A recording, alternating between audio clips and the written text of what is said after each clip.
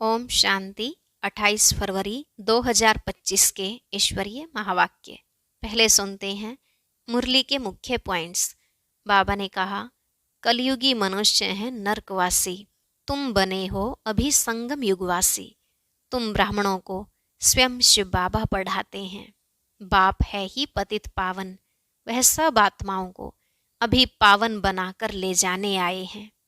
तुम आत्माओं का स्वधर्म शांत है, परंतु जब अपने को आत्मा भूल देह अभिमान में आ जाते हो तब अशांत होते हो। अशरीरी होने से ही शांति मिलेगी। फिर बाबा ने कहा, जो बच्चे ज्ञान को अच्छी रीति समझते हैं उनको सगे कहेंगे, और जो नहीं समझते वह हैं लगे अर्थात सोतेले। सोतेले वारिस थोड़े ही बनेंगे। मातेले बच्चे तो सदा बाप की श्रीमत पर चलते रहेंगे। तुम ब्राह्मणों के सिवाय और कोई भी राजयोग सिखला न सके, क्योंकि तुमको ज्ञान का तीसरा नेत्र मिला है। तुम बच्चों की है यथार्थ याद। तुम अपने को इस देह से न्यारा आत्मा समझ बाप को याद करते हो। फिर बाप तुमको सारे विश्व का मालिक बना देते हैं। लास्ट में बाबा ने कहा, यह ज्ञान अमृत का नशा सदा चढ़ा रहना चाहिए। तुम्हारे पास जो अच्छे अच्छे गीत हैं उन्हें सुनते रहेंगे तो रोमांच खड़े हो जाएंगे। तुम्हारा बुद्धि योग सदा बाप और वर्षे में लगा रहे तो बड़ी खुशी रहेगी। अब सुनते हैं महावाक्यों को विस्तार से। बाबा ने कहा, मीठे बच्चे, शांति चाहिए तो अशरीरी बनो। इस देह भान में आने से ही अशांति होती है, इसलिए अपने स्वधर्म में स्थित रहो। प्रश्न, यथार्थ याद क्या है? याद के समय किस बात का विशेष ध्यान चाहिए? उत्तर, अपने को इस देह से न्यारी आत्मा समझकर बाप को याद करना, यही यथार्थ याद है। कोई भी देह याद न आए, यह ध्यान रखना जरूरी है। याद में रहने के लिए ज्ञान का नशा चढ़ा हुआ हो। बुद्धि में रहे, बाबा हमें सारे विश्व का मालिक बनाते हैं। हम सारे समुद्र, सारी धरनी के मालिक बनते हैं। गीत, तुम्हें पाके हमने जहां पा लिया। ओम शांति। ओम का अर्थ ही है अहम, मैं आत्मा। मनुष्य फिर समझते ओम माना भगवान, परंतु ऐसे है नहीं। ओम माना मैं आत्मा, मेरा यह शरीर है।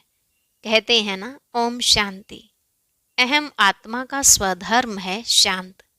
आत्मा अपना परिचय देती है। मनुष्य भल ओम शांति कहते हैं, परंतु ओम का अर्थ कोई भी नहीं समझते हैं। ओम शांति अक्षर अच्छा है। हम आत्मा हैं, हमारा स्वधर्म शांत है। हम आत्मा शांति धाम की रहने वाली हैं। कितना सिंपल अर्थ है, लंबा चौड़ा कोई गपोड़ा नहीं है। इस समय के मनुष्य मात्र तो यह भी नहीं जानते कि अभी नई दुनिया है, वो पुरानी दुनिया है।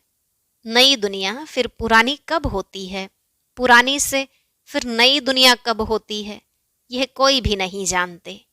कोई से भी पूछा जाए दुनिया नई कब होती है और फिर पुरानी कैसे होती है, तो कोई भी बता नहीं सकेंगे।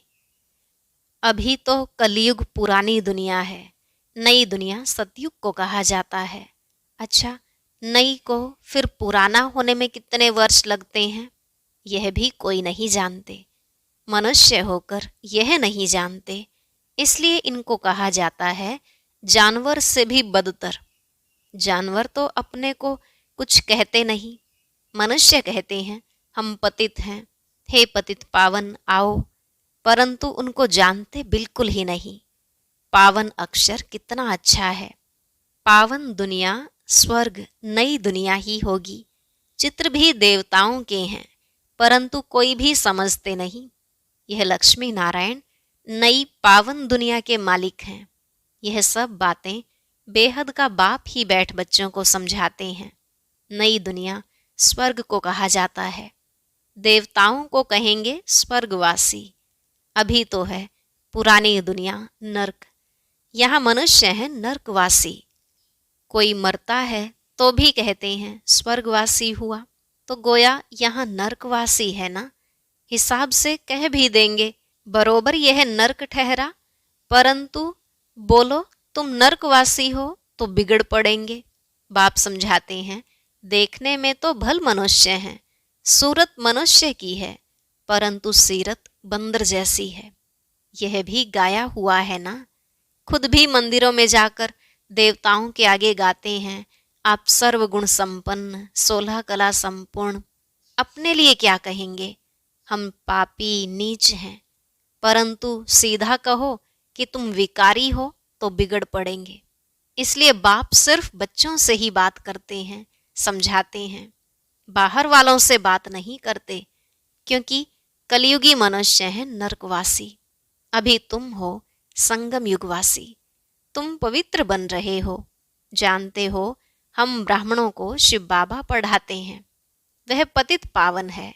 हम सभी आत्माओं को ले जाने के लिए बाप आए हैं। कितनी सिंपल बातें हैं। बाप कहते हैं बच्चे तुम आत्माएं शांति धाम से आती हो पार्ट बजाने। इस दुख धाम में सभी दुखी हैं, इसलिए कहते हैं मन को शांति कैसे हो। ऐसे नहीं कहते आत्मा को शांति कैसे हो। अरे तुम कहते हो ना ओम शांति, मेरा स्वधर्म है शांति, फिर शांति मांगते क्यों हो। अपने को आत्मा भूल देह अभिमान में आ जाते हो। आत्माएं तो शांति धाम की रहने वाली हैं, यहाँ फिर शांति कहाँ से मिलेगी। अशरीरी होने से ही शांति होगी। शरीर के साथ आत्मा है तो उनको बोलना चलना तो जरूर पड़ता है। हम आत्मा शांति धाम से यहाँ पार्ट बजाने आई हैं। यह भी कोई नहीं समझते कि रावण ही हमारा दुश्मन है। कब से यह रावण दुश्मन बना है यह भी कोई नहीं जानते। बड़े बड़े विद्वान पंडित आदि एक भी नहीं जानते कि रावण है कौन, जिसका हम एफिजी बनाकर जलाते हैं, जन्म जन्मांतर जलाते आए हैं। कुछ भी पता नहीं। कोई से भी पूछो रावण कौन है, कह देंगे यह सब तो कल्पना है। जानते ही नहीं तो और क्या रिस्पॉन्ड देंगे। शास्त्रों में भी है ना, हे राम जी संसार बना ही नहीं है, यह सब कल्पना है। ऐसे बहुत कहते हैं। अब कल्पना का अर्थ क्या है। कहते हैं यह संकल्पों की दुनिया है, जो जैसा संकल्प करता है वह हो जाता है। अर्थ नहीं समझते। बाप बच्चों को बैठ समझाते हैं। कोई तो अच्छी रीति समझ जाते हैं, कोई समझते ही नहीं हैं। जो अच्छी रीति समझते हैं उनको सगे कहेंगे, और जो नहीं समझते हैं वह लगे अर्थात सोतेले हुए। अब सोतेले वारिस थोड़े ही बनेंगे। बाबा के पास मातेले भी हैं तो सोतेले भी हैं। मातेले बच्चे तो बाप की श्रीमत पर पूरा चलते हैं, सोतेले नहीं चलेंगे। बाप कह देते हैं यह मेरी मत पर नहीं चलते हैं, रावण की मत पर हैं। राम और रावण 2 अक्षर हैं, राम राज्य और रावण राज्य। अभी है संगम। बाप समझाते हैं यह सब ब्रह्मा कुमार ब्रह्मा कुमारियां शिव बाबा से वर्षा ले रहे हैं। तुम लेंगे, श्रीमत पर चलेंगे। तो कहते हैं कौन सी मत। बाप श्रीमत देते हैं कि पवित्र बनो। कहते हैं हम पवित्र रहें, फिर पति ना माने तो मैं किसकी मानूं। वह तो हमारा पति परमेश्वर है, क्योंकि भारत में यह सिखलाया जाता है कि पति तुम्हारा गुरु ईश्वर आदि सब कुछ है, परंतु ऐसा कोई समझते नहीं है। उस समय हाँ कर देते हैं, मानते कुछ भी नहीं है। फिर भी गुरुओं के पास मंदिरों में जाते रहते हैं। पति कहते हैं तुम बाहर मत जाओ, हम राम की मूर्ति तुमको घर में रख कर देते हैं, फिर तुम अयोध्या आदि में क्यों भटकती हो। तो मानती नहीं। यह हैं भक्ति मार्ग के धक्के, वह जरूर खाएंगे, कभी मानेंगे नहीं। समझते हैं वह तो उनका मंदिर है। अरे तुमको याद राम को करना है कि मंदिर को, परंतु समझते नहीं। तो बाप समझाते हैं भक्ति मार्ग में कहते भी हो हे भगवान आकर हमारी सदगति करो, क्योंकि वह एक ही सर्व का सदगति दाता है। अच्छा वह कब आते हैं यह भी कोई नहीं जानते। बाप समझाते हैं, रावण ही तुम्हारा दुश्मन है। रावण का तो वंडर है जो जलाते ही आते हैं लेकिन मरता ही नहीं है। रावण क्या चीज है यह कोई भी नहीं जानते। अभी तुम बच्चे जानते हो, हमको बेहद के बाप से वर्षा मिलता है। शिव जयंती भी मनाते हैं, परंतु शिव को कोई भी जानते नहीं है। गवर्नमेंट को भी तुम समझाते हो, शिव तो भगवान है। वही कल्प कल्प आकर भारत को नरकवासी से स्वर्गवासी, बैगर से प्रिंस बनाते हैं, पतित को पावन बनाते हैं। वही सर्व के सदगति दाता हैं। इस समय सभी मनुष्य मात्र यहाँ हैं। क्राइस्ट की आत्मा भी कोई न कोई जन्म में यहाँ है, वापिस कोई भी जा नहीं सकते। इन सब की सदगति करने वाला एक ही बड़ा बाप है। वह आते भी भारत में हैं। वास्तव में भक्ति भी उनकी करनी चाहिए जो सदगति देते हैं। वह निराकार बाप यहाँ तो है नहीं। उनको हमेशा ऊपर समझकर याद करते हैं। कृष्ण को ऊपर नहीं समझेंगे और सभी को यहाँ नीचे याद करेंगे। कृष्ण को भी यहाँ याद करेंगे। तुम बच्चों की है यथार्थ याद। तुम अपने को इस देह से न्यारा आत्मा समझकर बाप को याद करते हो। बाप कहते हैं, तुमको कोई भी देह याद नहीं आनी चाहिए। यह ध्यान जरूरी है। तुम अपने को आत्मा समझ बाप को याद करो। बाबा हमको सारे विश्व का मालिक बनाते हैं।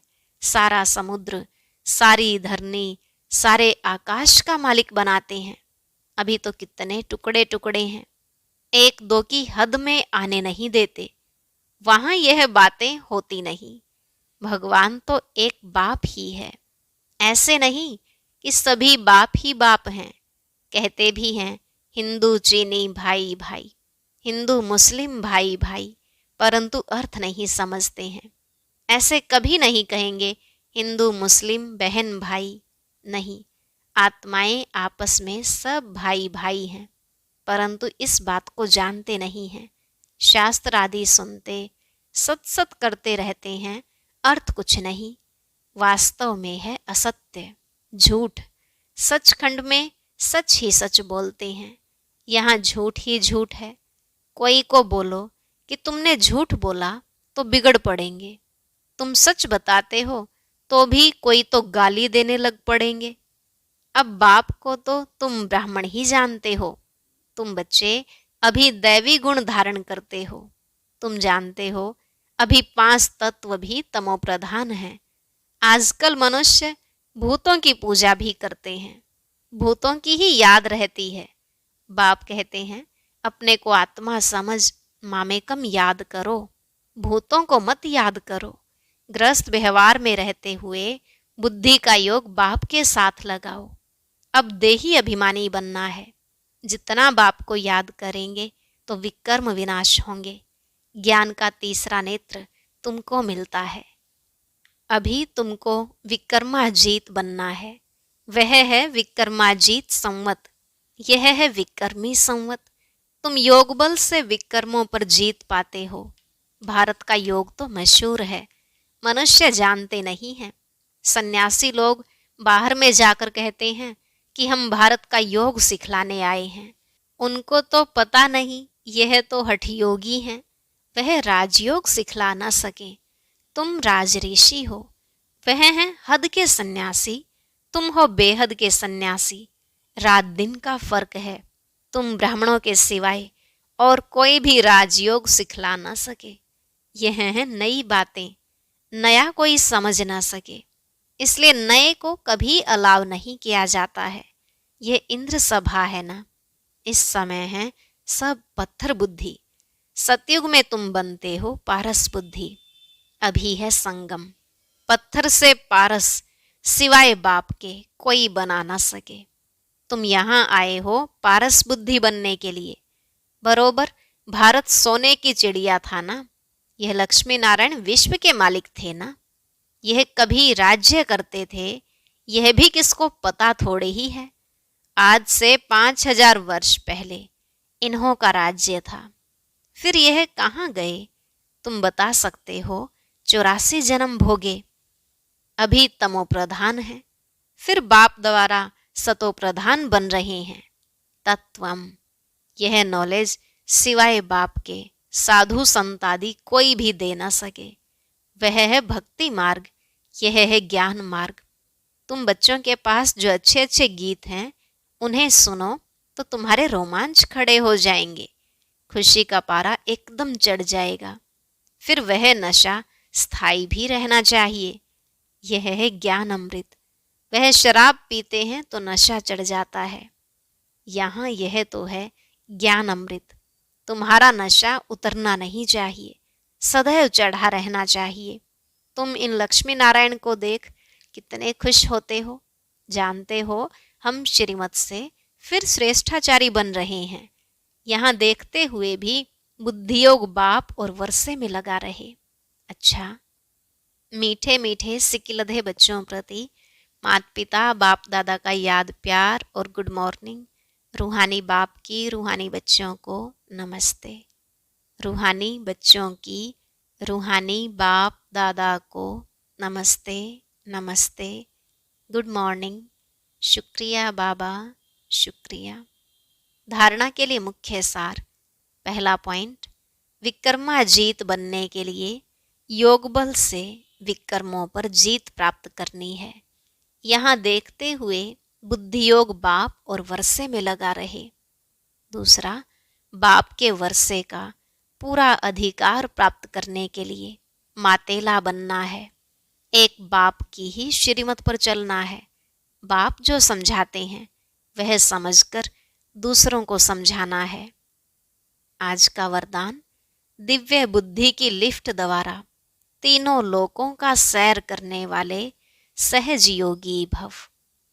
दिव्य बुद्धि की लिफ्ट द्वारा तीनों लोकों का सैर करने वाले सहज योगी भव। बाबा ने कहा, संगम युग पर सभी बच्चों को दिव्य बुद्धि की लिफ्ट मिलती है। इस वंडरफुल लिफ्ट द्वारा तीनों लोकों में जहां चाहो वहां पहुंच सकते हो। सिर्फ स्मृति का स्विच ऑन करो तो सेकंड में पहुंच जाएंगे, और जितना समय जिस लोक का अनुभव करना चाहो उतना समय वहां स्थित रह सकते हो। इस लिफ्ट को यूज करने के लिए अमृत वेले केयरफुल बन स्मृति के स्विच को यथार्थ रीति से सेट करो। अथॉरिटी होकर इस लिफ्ट को कार्य में लगाओ तो सहज योगी बन जाएंगे। मेहनत समाप्त हो जाएगी। स्लोगन, मन को सदा मौज में रखना यही जीवन जीने की कला है। मन को सदा मौज में रखना यही जीवन जीने की कला है। ओम शांति। अब आज का अव्यक्त इशारा और ज्ञान मोती भी अवश्य सुने।